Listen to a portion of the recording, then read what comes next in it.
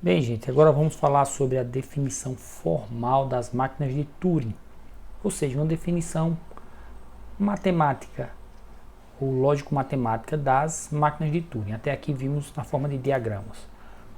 Mas máquina de Turing, eu falei já em alguns momentos, é um conceito matemático. Então, como é que eu apresento ele de forma formal matemática?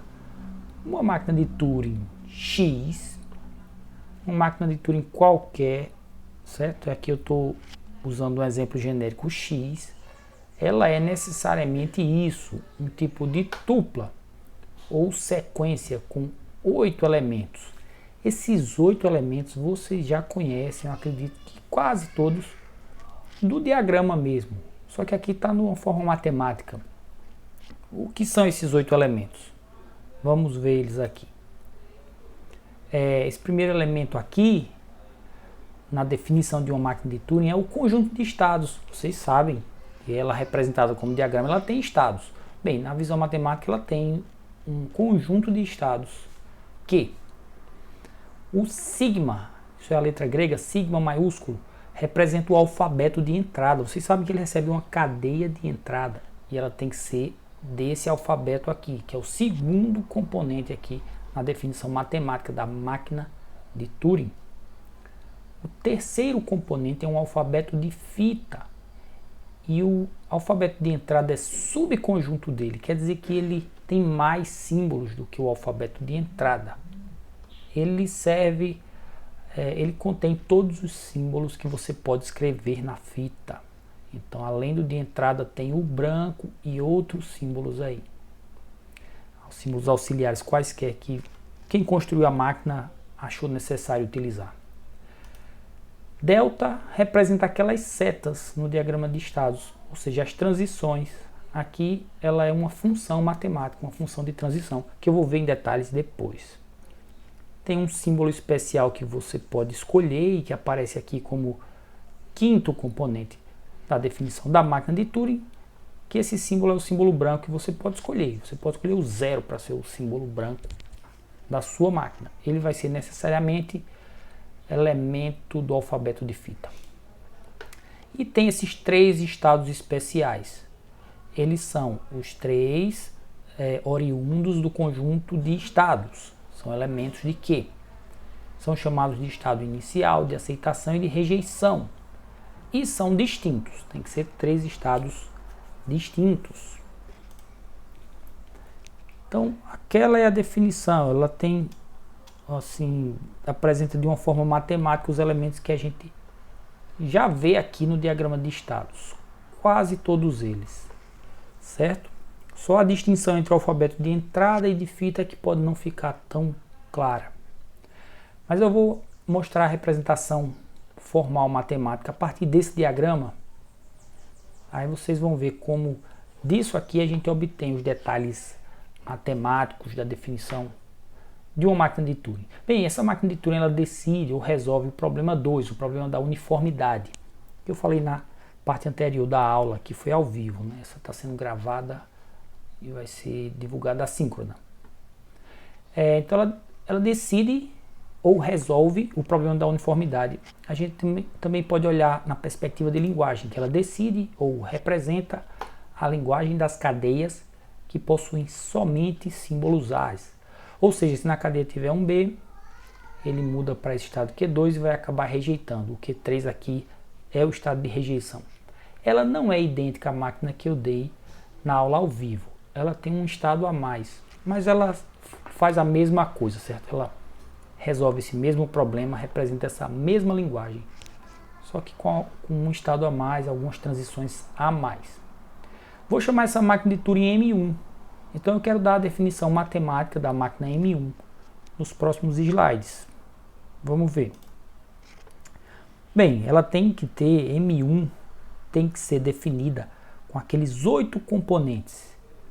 Aí, aproveitando esse 1 aqui, eu chamei o conjunto de estados de Q1, o conjunto de símbolos, né? O alfabeto de entrada de sigma 1, o alfabeto de fita de gama 1, a função de transição de delta 1, esse é o delta minúsculo da língua grega. O símbolo branco é um quadrado, como de costume, mas poderia ser outro. mas aqui a gente vê que ele está usando quadrado mesmo. E tem mais 3 estados aqui, eu deixei para completar aqui, certo? Com vocês. Então esses 3 estados são, na ordem, o estado inicial. Aí você olha aqui para o diagrama, qual é o estado inicial? É o Q0. Então você coloca aqui Q0. O estado de aceitação. Aqui no diagrama a gente vê que o Q1 está com aquele círculo duplo, então ele é o estado de aceitação. E o estado de rejeição? Não está tão claro na figura, mas o Q3 está fazendo o papel de estado de rejeição. É um estado que não sai transição dele, então, e não é estado de aceitação, então ele está fazendo esse papel de estado de rejeição. Então os 8 componentes, assim, de maneira geral, estão aqui, só que falta dar mais detalhes de quem é Q1. Eu poderia colocar aqui o conjunto Q1 assim, mas ficaria muito grande essa representação, aí eu separei. Chamei de Q1 e vou representar aqui embaixo. Q é o conjunto de estados. Aqui eu listo todos os estados, certo? Q0, Q1, Q2, Q3. A distinção entre qual é o inicial, aceitação e rejeição já fizemos aqui, tá certo? Sigma é o alfabeto de entrada. Essa informação eu dei quando eu especifiquei o problema 2. É o alfabeto AB. Agora o alfabeto de fita inclui o de entrada, tem A e B. Inclui também o símbolo branco. E pode ter qualquer outro símbolo auxiliar. Por exemplo, teve aquele problema que eu usei o X para marcar A, Y para marcar B. Mas nessa máquina a gente não usou nenhum símbolo auxiliar não. Fica só AB e branco mesmo como alfabeto de fita. Só falta, para terminar essa representação formal matemática, a função Δ1, que a gente vai ver já já, porque eu quero dar mais detalhes de como é a função de transição nessa visão formal matemática. Uma coisa eu já adiantei, ela é uma função, certo? Bem, a função de transição é a parte mais importante da máquina de Turing. É uma função no sentido matemático mesmo. E a gente vai ver detalhes matemáticos dela aqui. Primeiro vamos ver assim uma comparação do diagrama com uma notação de função. Vamos ver como adaptar esse diagrama e representar isso como função matemática, certo? Esse diagrama ele dá uma ideia de que uma certa condição, que é o que está aqui no lado esquerdo, que é a condição de estar em Q0 no símbolo X, ele leva para um resultado que tem que ser único. Nessa situação aqui tem que ter um único resultado. E essa transição diz qual é. Ela diz que é esse o resultado. Ou seja, escreve o Y no lugar do X, move a fita para a direita e muda para o estado Q1. Ou seja, toda vez que acontece isso aqui, o resultado tem que ser esse. E só pode ter uma reação, digamos assim, a essa condição inicial. Isso é característico de uma função, certo? Que para cada entrada tem uma única saída. Então a entrada para a gente na verdade vai ser esse par, que é 0x. E a saída vai ser esse trio, com Y, D e Q1, né? D se for em português para representar a direita, mas aqui está com R de right em inglês. Representa a direita também. Se for esquerda seria E ou L, né? De esquerda ou de left em inglês. Então esse diagrama aqui a gente representa com notação de função assim, ó. Dizendo que a função delta, quando recebe a entrada Q0x, tem como saída, como resposta, um trio. Isso é uma entrada única, mas é única porque é um par, tá? E a saída é única também, essa saída é um trio, que tem Y, R e Q1. Só um detalhe mínimo aqui é que a ordem que a gente vai usar na representação matemática não é essa, que seria a mesma que aparece aqui, Y, R, Q1. A gente vai mudar um pouquinho a ordem, vai colocar primeiro o estado, Q1, Y, R, tá? Então uma leve diferença. Aqui eu digo logo qual é o estado de destino, depois qual é o símbolo que substitui o anterior e qual é o movimento da fita. Diferença mínima. Mas agora a gente tem exatamente como vai ser assim a relação funcional, né? Como é que vai ser a ideia de função aqui, que para essa entrada retorna essa saída. Dando mais detalhes de qual é o tipo da função em uma máquina de Turing qualquer, que tenha essa descrição aqui, formal matemática, né, com esses 8 componentes. A função ela é necessariamente uma coisa assim, ó, que tem esse domínio aqui, aí o que está na setinha depois é o contradomínio dela. O que é que esse domínio representa? Essa coisa meio complicada. É que ela é uma função que recebe algum elemento desse conjunto, ou seja, ela recebe algum estado, exceto o aceita e rejeita. Então qualquer elemento de Q menos os estados aceita e rejeita. Junto com um símbolo de fita, um símbolo que vem de gama. Então ela recebe um par, certo? Vindo desses conjuntos descritos aqui. E o resultado da função, contradomínio dela, né?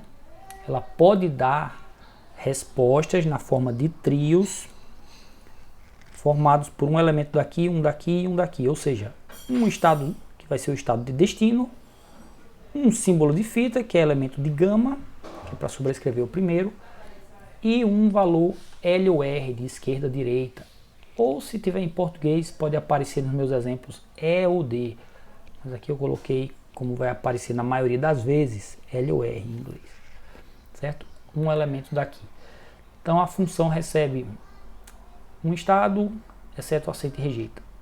Um símbolo de fita, então isso aí vai formar um par e retorna algum elemento aqui que é um trio, com um estado, um símbolo de fita, que é o alfabeto gama, e um movimento L ou R. Ok, essa notação formal que eu vi aqui antes, ela diz exatamente o valor da função para essa entrada, qual é o valor de saída. E o que eu dei no slide anterior dá uma visão geral do conjunto domínio e contradomínio dela, em notação bem matemática. O slide anterior a gente não vai precisar muito. Isso aqui vai ser um pouco mais relevante, mas ainda seria muito trabalhoso usar essa notação, porque para cada seta da máquina de Turing a gente teria que fazer uma descrição desse tipo aqui. Para aquela entrada, aquele par de entrada, vai dar aquele trio de saída. E se a máquina de Turing tiver 5, 6, 7, assim, não vai ser raro ela ter por volta de 10 ou mais setas. Aí fica meio trabalhoso usar essa notação.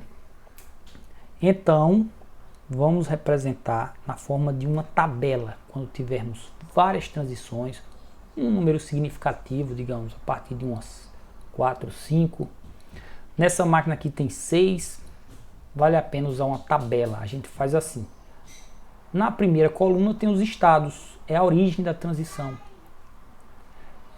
Cada uma das colunas seguintes representam os símbolos. Tá? Na verdade, vamos descrever assim. Para cada linha temos informação de um estado de origem. Partindo do estado Q0, quais são as transições. Partindo do estado Q2, quais são as transições. E em cada coluna temos o símbolo que provoca a transição. De maneira que esse par aqui, Q0A, é aquele par de entrada da função. E o que vai estar aqui no encontro da linha com a coluna é o trio de resposta que diz para onde a função vai, ou para onde a transição vai e qual é o resultado dela, né? Por exemplo, aqui, no estado, partindo do estado Q0, lendo o símbolo A, esse par aqui vai provocar a transição para o próprio Q0, escrevendo o símbolo A e andando para a direita. É exatamente essa setinha que está aqui, ó, de Q0 para Q0. Vamos pegar outra, Q2. Uma transição partindo de Q2, lendo o símbolo B. Ela vai para o próprio Q2, escreve B e anda para a direita.